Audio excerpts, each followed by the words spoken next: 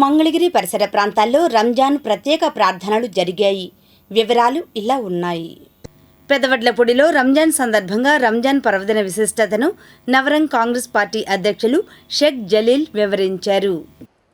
షరియత్, తరీఖత్, మారిఫత్, హకీకత్ ఈ నాలుగు కూడా బైబిల్, ఇంజిల్, తౌరత్, భగవద్గీత ఏ గ్రంథాల్లో వచ్చినా, హిందూ భావజాలంతో వచ్చినా, ఇస్లాం సాంప్రదాయంగా వచ్చినా, ఈసాయి క్రైస్తవ సాంప్రదాయం వచ్చినా మనుషులంతా ఒక్కటే అనే విధానాన్ని ఈ గ్రంథాలు చెప్తా ఉన్నాయి.